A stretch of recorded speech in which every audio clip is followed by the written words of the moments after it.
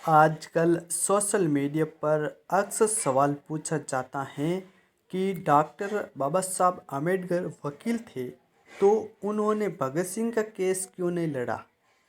ये सवाल व्यंग्य, नफरत या आक्रोश अथवा जिज्ञासा वंश पूछा जा सकता है। ये सवाल प्रथम दृष्टया उचित लगता है, परंतु अक्सर इसका मकसद दुष्प्रचार होता है।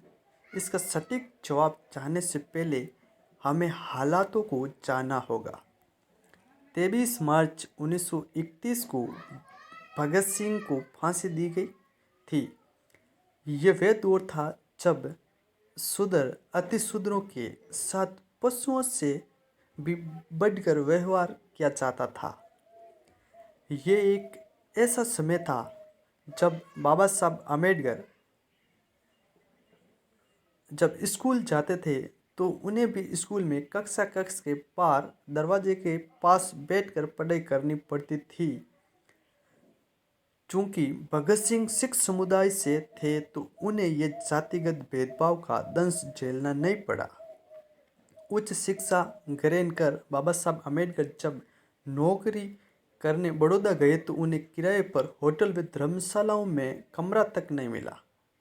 जब वे सिंडम कॉलेज में प्रोफेसर बने तो बच्चे उनसे पढ़ने के लिए राजी नहीं हुए। ऐसे में जून 1923 से आम्बेडकर ने वकालत का काम शुरू किया। उन्हें बार काउंसिल में भी बैठने के लिए जगह नहीं दी गई।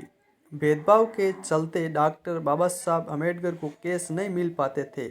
एक गैर ब्राह्मण अपना केस हार जाने के बाद आम्बेडकर के पास आए तो उनके केस की जीत ने उन्हें ख्याति दी, लेकिन वकालत डॉक्टर आम्बेडकर की रोटी रोजी नहीं थी। जातिवाद के कारण केस नहीं मिलने पर उन्होंने बार्टली बॉयज अकाउंटेंसी में लेक्चर का काम शुरू कर दिया। हालातों को जानना जरूरी है। ये वह दौर था जहाँ किसी अछूत के छूने पर से हिंदुओं का धर्म नष्ट हो जाता था।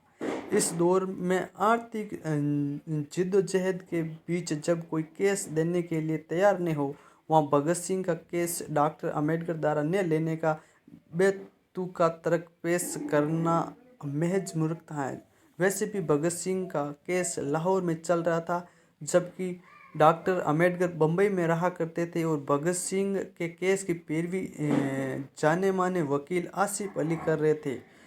वकालत के क्षेत्र में उनका दबदबा था। ऐसे में आसिफ अली को हटाकर डॉक्टर आम्बेडकर को केस देने की कल्पना भी कोई कर नहीं सकता था। भगत सिंह के खिलाफ जब सुप्रसिद्ध वकील आसिफ अली पैरवी कर रहे थे, वहीं अंग्रेजों की तरफ से पैरवी करने वाले ब्राह्मण वकील का नाम सूर्य नारायण शर्मा था। ये वही शर्मा है जो आरएसएस के तत्कालीन सरसंघचालक के बहुत अच्छे मित्र थे। याद रहे कि डॉक्टर बाबा साहब अम्बेडकर ने 150 वर्षों की अंग्रेजों की राजनीतिक गुलामी के मुकाबले में 2500 वर्ष से भी अधिक की सामाजिक गुलामी को नष्ट करने के लिए अपना जीवन न्यौछावर कर दिया। ऐसे में आज़ादी की लड़ाई को लेकर जहाँ क्रांतिकारियों का नाम गर्व से लिया जाता है, वहीं सामाजिक आज़ादी के लिए सर्वश्रेष्ठ स्थान पर संविधान निर्माता बाबा साहब आम्बेडकर का नाम अभिमान के साथ लिया जाता है। एक पहलू ये भी, जिस समय संपूर्ण देश में एकमात्र अछूत वकील के तौर पर डॉक्टर आम्बेडकर की पहचान थी, तब भी उन्हें केस नहीं मिल पाई। आर्थिक तंगी के चलते प्रोफेसर की नौकरी करनी पड़ी। ऐसे में भगत सिंह का केस स्वयं पेल कर बम्बई से लाहौर जाकर लड़ने किसी भी दृष्टिकोण से सुविधाजनक नजर नहीं आता। यदि केस लड़ना भी चाहे तो मशहूर वकील आसिफ अली से केस वापस लेकर डॉक्टर आम्बेडकर को सौंपने का कोई तार्किक मुद्दा नजर नहीं आता। एक पहलू ये भी है कि जहाँ ब्राह्मण वकील अंग्रेजों की पैरवी कर रहे थे, वहाँ देश में उस समय के अनेक नामचीन वकील क्या तमाशा देख रहे थे। जबकि वर्ष 2013 में पाकिस्तान के वकील इम्तियाज कुरैशी ने भगत सिंह के केस को दोबारा खुलवाया। इसकी पैरवी अब्दुल रशीद ने की। 2014 में अब्दुल ने एफआईआर की कॉपी मांगी तो पता चला कि एफआईआर में भगत सिंह का नाम ही नहीं है। उन्हें केवल रजिस्टर के आधार पर फांसी दे दी गई और अंत में डॉक्टर अंबेडकर की निष्ठा व कार्य को लेकर समय समय पर मनुवादियों द्वारा सवाल उठाया जाना एक आम बात है, लेकिन हमें उतनी ही सजगता से सभी तरह के आक्षेप व आरोपों का प्रत्युत्तर देना आना चाहिए।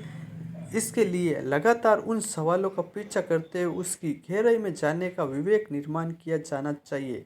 सवाल भले ही बचकाने हो, लेकिन उससे पूछने वाले व्यक्ति का मकसद यदि डॉक्टर अंबेडकर के चरित्र का हनन करना हो तो हमें चुप रहकर सवालों से मुंह मोड़ लेना ठीक नहीं।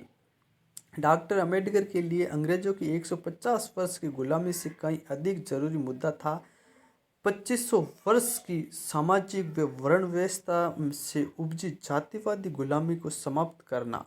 ये अत्यंत जरूरी लड़ाई उन्होंने लड़ी, अतः अब हम क्यों चुप रहे।